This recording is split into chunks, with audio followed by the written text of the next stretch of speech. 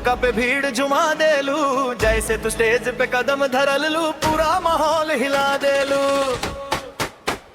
और ऑर्केस्ट्रा में आग लगा देलू, एक मुस्की में दिलवा चुरा देलू, डीजे वाला भी देखते रह गए, सबके रात बना देलू।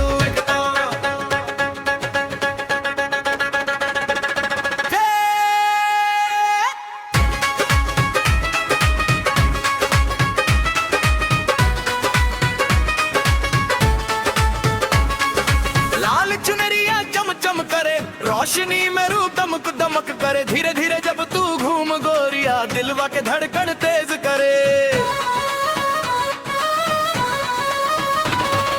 कान में झुमका, हाथ में चूड़ी, नाचे लव यू तो बड़ी जरूरी, एक एक स्टेप पे ताली बजे, भीड़ बोले बाहरे छोरी, भीड़ बोले बाहरे छोरी। ऑर्केस्ट्रा में आग लगा देलू, ठुमका पे भीड़ जुमा देलू, जैसे तू स्टेज पे कदम धरा लू, पूरा माहौल हिला देलू।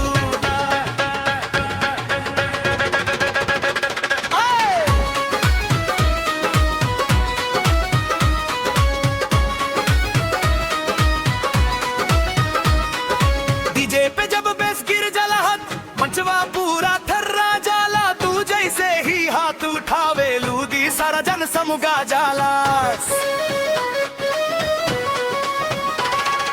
मोबाइल उठा के लोग बनावे, तोहरे नाच के रील सजावे, दूसर दिन पूरा शहर बोले, ई गाना फेर से बजावे, ई गाना फेर से बजावे। थू थू मुर डीजे टाइम के भीड़ उछाले, गोरिया नाचे दिलवा मचले, गांव से शहर तक चर्चा बासर, तोहरे नाम के किस्सा बासर। नैन तोहार चमके सितारा, रूप लगे सबसे न्यारा, एक नजरिया दिल ले जाला, तू बन गईलू सपना हमारा।